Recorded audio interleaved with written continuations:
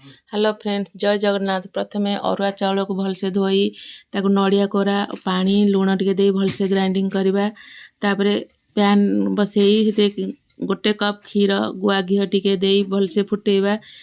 फुटेला परे सेथिरे ई चाउल बट्टा को दे घांटीबा। से स्वाद अनुसार चीनी टिके पकई भलसे स्लो जाल रे घांटीबा। से जंतणी हेला परे ताकू ठंडा करी थाली रे गोल गोल करी रखिबा। तापर आउ गोटे कड़ाई रे क्षीर फुटेबा। से स्वाद अनुसार चीनी पकई भलसे फुटेबा। से मिल्क पेड टिके दबा।